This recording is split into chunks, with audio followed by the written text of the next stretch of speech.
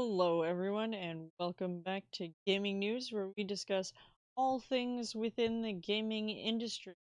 And today we have EA supporting something very interesting. We have Twitch in the news once again, and then we are finally going to talk about Netflix. So, with all of that said, let's get started. The first thing that we are covering today is news about EA. Now, EA is in the news because they decided to be a little bit controversial in something that they are doing. So, according to this article from the BBC, EA says NFTs are part of the future of the games industry. Remember that NFTs we've talked about on this channel, where Steam and a number of other publishers or distributors have decided to ban the use of NFTs because it will definitely disrupt the space and they aren't necessarily approved. And if you also consider that many games are now not allowed to be sold if they have loot boxes and have some kind of real world money attachment. And this is just showing how very different EA is from the rest of the industry that have already gone ahead and said that they are going to ban NFTs for now until there is some kind of regulation with this kind of money making method, if you will. So, NFTs have erupted in popularity in recent months as a way to buy and sell digital only art and collectible items. EA makes the FIFA football series, which uses card packs to collect players in its Ultimate Team mode.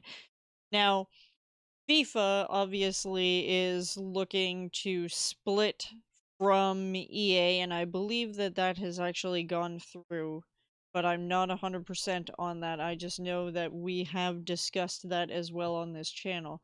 And we've talked about how scummy Ultimate Team is because you need a substantial amount of money or specific things in order to get cards that have a 0.000001 drop rate, if you will, in the game, and thereby certain people were using those cards to sell to other people for copious amounts of money and finding ways to just make a lot of money through various different means. Now, there are a lot of content creators out there who have covered the scummy practices of EA and of Ultimate Team.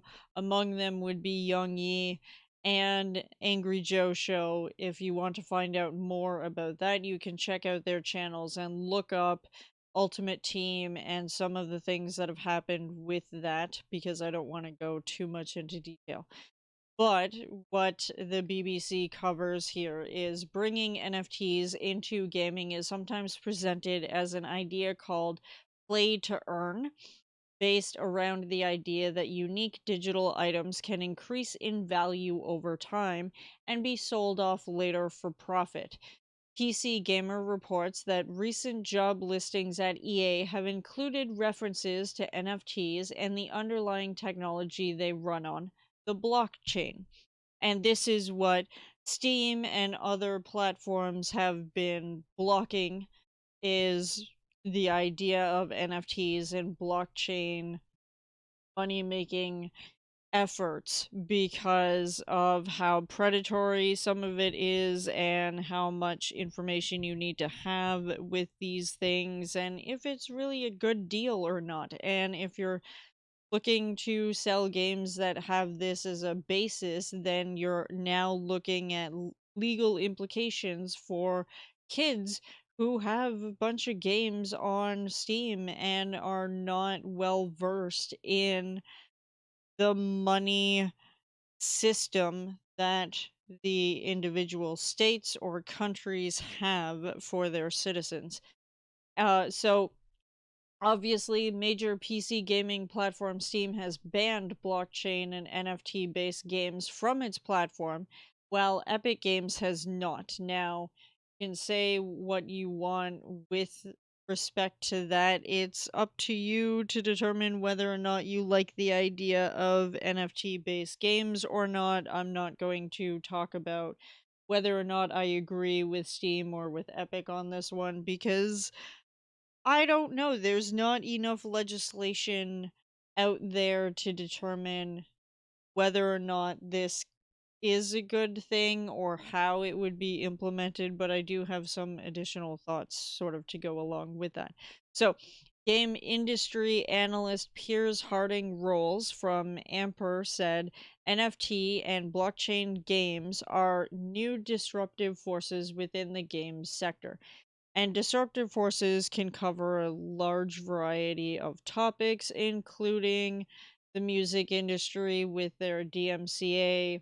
This is yet another disruption in the gaming industry where we are seeing a bunch of games that are not going to make it because they're based on blockchain technology. So, I don't know too much about what is going to happen in the future, but I am weirdly not surprised that EA would be one of the companies to support blockchain gaming and to support the idea of these NFTs, and especially that it's their EA Sports and their FIFA games that this is really part of the controversy because their sports games are where EA makes a lot of their money, even though they're copy pasted from the previous year.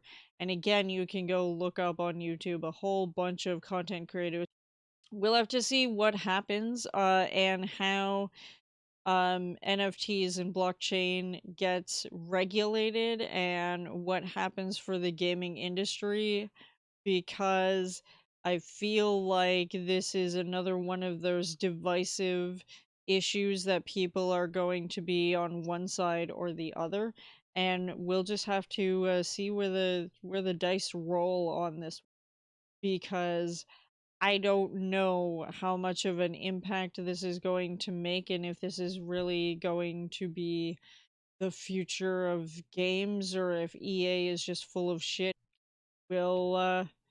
We'll keep this one on the burner of something to pay attention to in the future.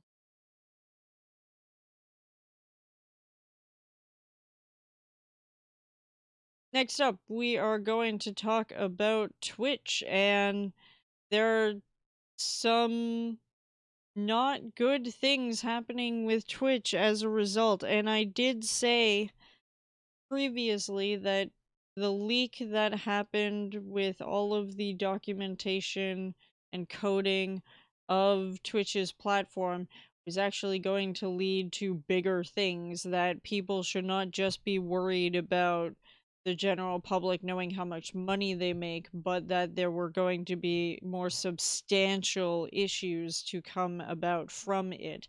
And I ended up coming across this particular article here, which is exactly something, to fear, that from the Middle East Eye, hackers allegedly used streaming platform Twitch to launder $10 million or more of currency into the system.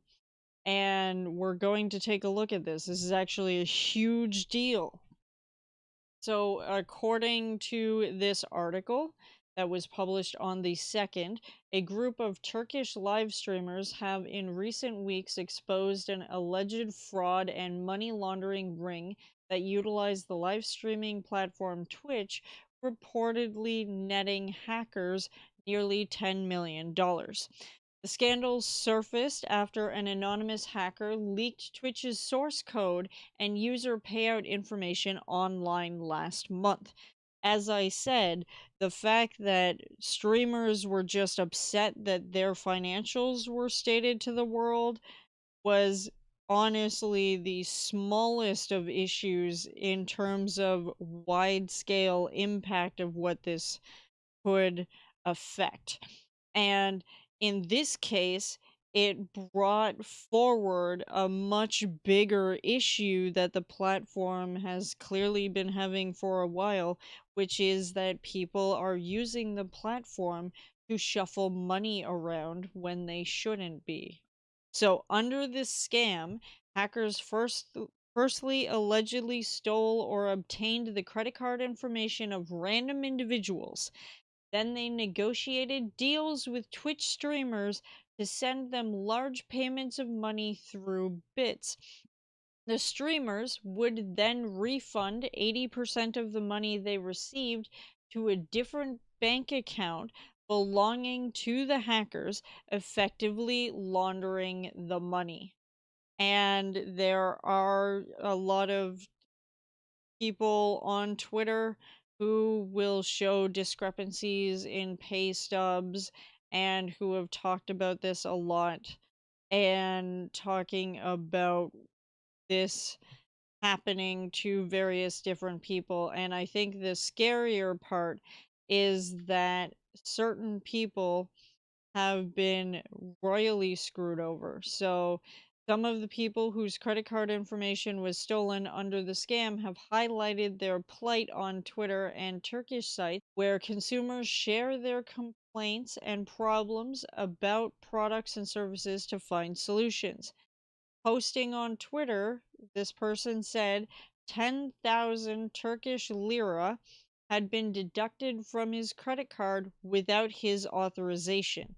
And furthermore, you scroll down to the end of this article, there is an art teacher, and she said that she had become aware of being targeted through mobile phone messages sent to her by her bank showing that 10,000 Turkish lira had been taken from her credit card. And she says, I don't know what Twitch is. I am a victim and I need to seriously save money for 7 to 8 months to pay this debt.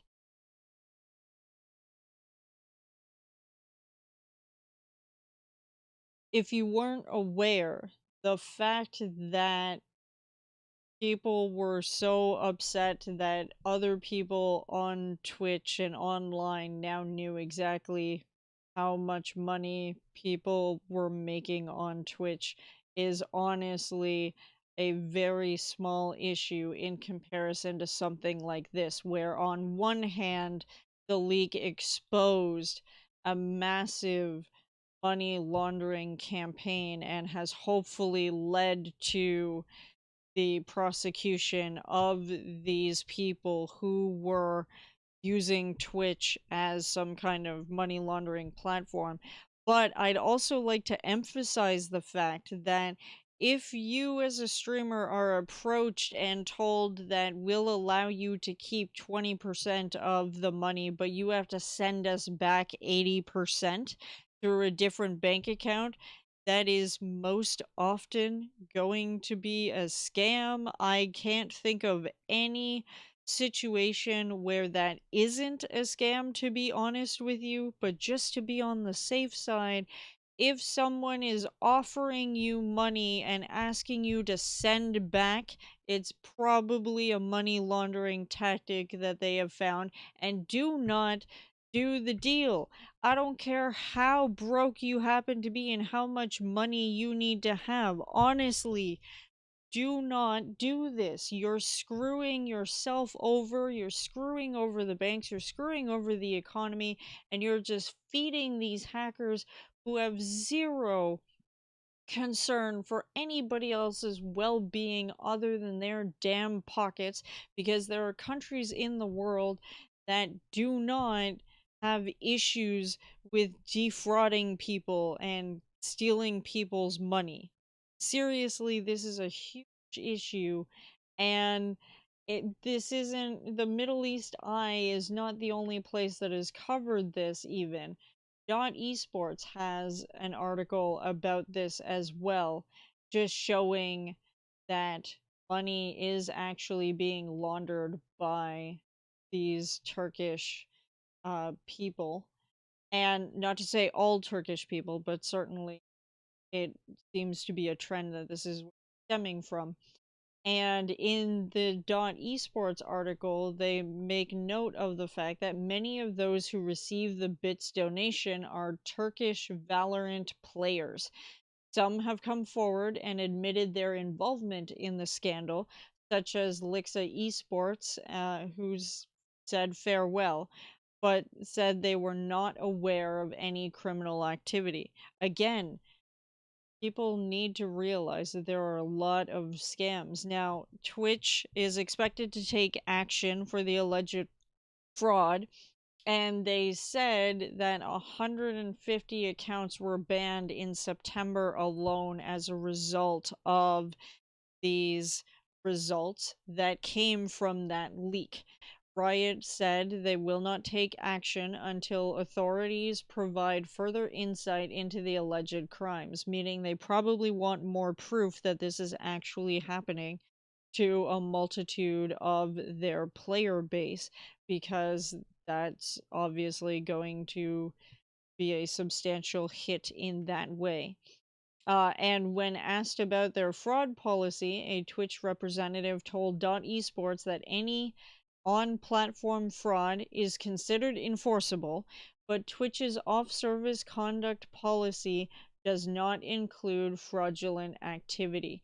So, meaning that if you are caught in fraud, and you had nothing to do with it, so you're not sending back money, but somehow your credit card was hacked or someone got that information, that you might actually receive that money back in some capacity because you had nothing to do with it. But if you actually engaged in that practice, then you're kind of doomed. And on top of that, we had more sad news coming from Twitter this week, which is that I think the final person of the original, the OG people of Twitch staff is hanging up his spurs. DJ Wheat has worked at Twitch for 10 years. He was part of the StarCraft community. He was part of the general gaming community and streamed to Twitch with Mini Wheat, his son. Obviously, he would be there when Mini Wheat was on stream, clearly. And he said that my time here has been amazing and a major milestone of my 22-year esports and live streaming journey. It is time to hang up my hat and start a new game plus. In January, I'll be leaving my job at Twitch to take a much needed break. And I do wish Graham the best of luck in the future. I know it must have been difficult being the face of Twitch for such a long time with all of its ups and downs over the years.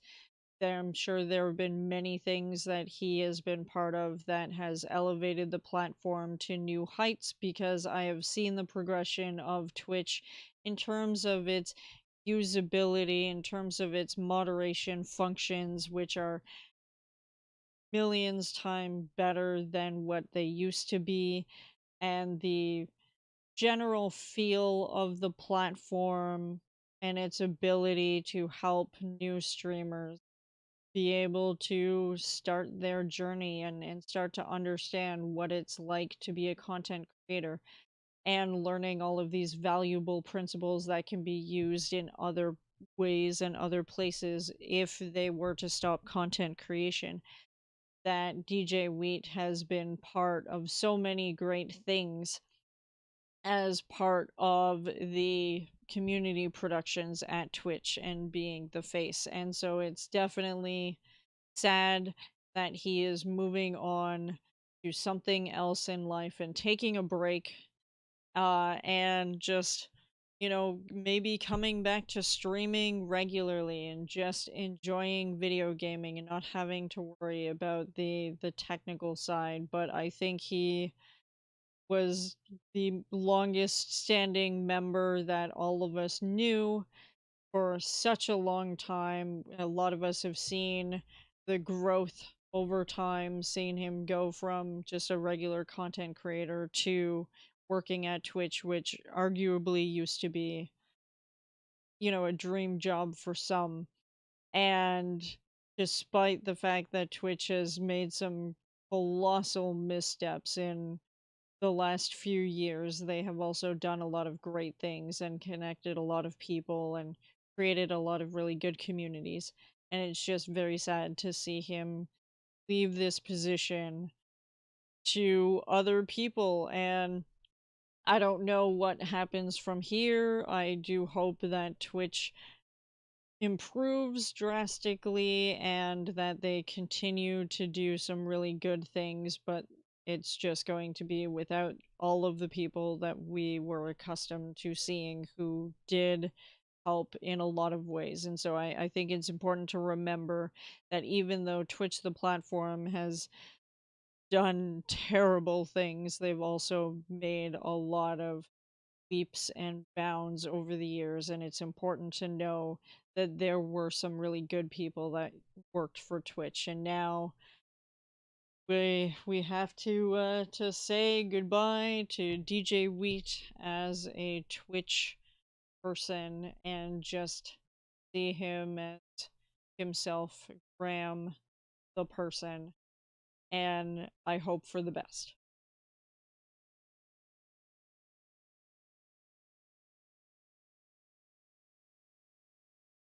The last thing that I would like to cover today is Netflix. According to IGN, Netflix's gaming service is now available in the US. And I have to say, I actually missed this news forever ago and didn't know that Netflix was entering the ring of gaming. So here we are.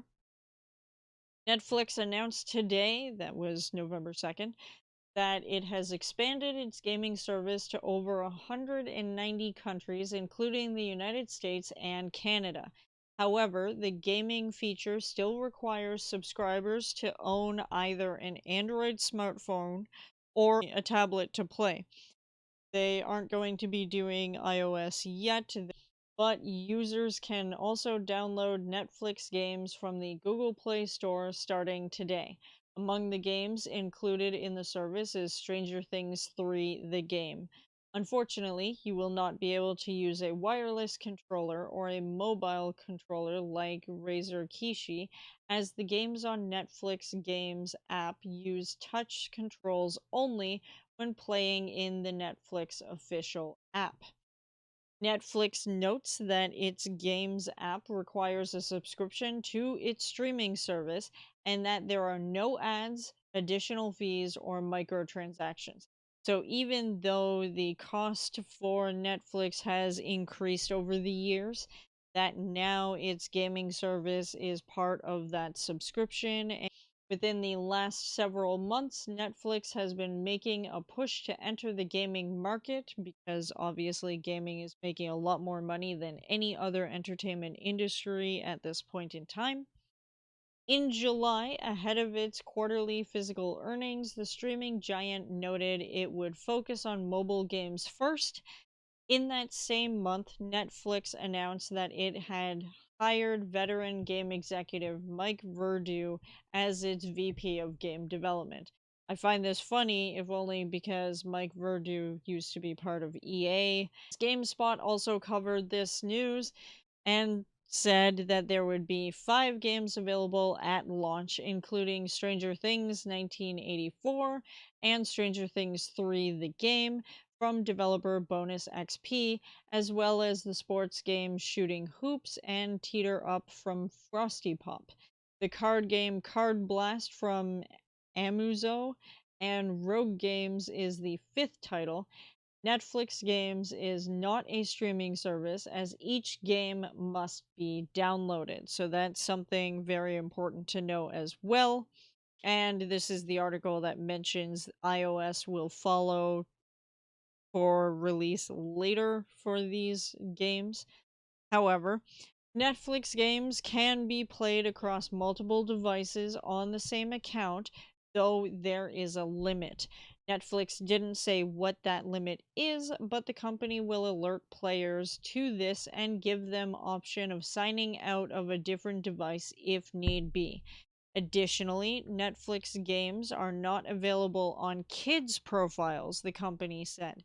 So, it stands to reason that if the games that they are including on Netflix are not kid friendly, you won't have to worry about it as much, because if the kids only have access to the kids' profile, then it also means that they are not selling products to people who are not supposed to have access to those titles at that point in time. And at that point, it's up to the parents to determine whether or not the kids will have access to their Netflix account to play some of these games. And we'll just have to see what games they expand into and if they move into other games outside of mobile games. But if these are available through the Google Play Store and downloadable if the kids have their own mobile phones, I wonder how that differs if they manage to get their parents' passwords and whatnot and log in on their phone. They might still have access to some of the more mature level games. So we'll have to kind of keep an eye on what happens there, but definitely keep in mind the technology that you offer to your children and make sure that they are safe and that you understand what some of these games are presenting in terms of its themes, because that is obviously going to be important in the parenting process. So definitely we'll keep an eye on where Netflix goes with this and how serious they are, and if this is going to become something similar to a Games Pass kind of deal where you have access to certain games, or how long these games end up being available for, if it's added to your account forever. Like, I feel like this is going to be a very strange topic at some point in the future. Again, it just depends on what games they decide to allow on Netflix and just sort of see where that goes. So let me know how you feel about any of the topics that we have covered today, whether it's EA and the NFTs, whether it's Twitch and the hack, or if you have thoughts about DJ Wheat leaving Twitch, how you feel about that, let me know. And also about this Netflix topic as well. And with that, thank you so much for being part of Patreon. You guys have been absolutely fantastic. Don't forget to answer the poll on Patreon or the survey listed in Discord, because I'd like to know what types of content you would like to see from me on Patreon, so that I can better understand what types of content you would like to have, in your weekly news and weekly updates from me. So, with that, you guys have been awesome. I appreciate all of you. You guys have a fantastic day. See you in the video. Goodbye.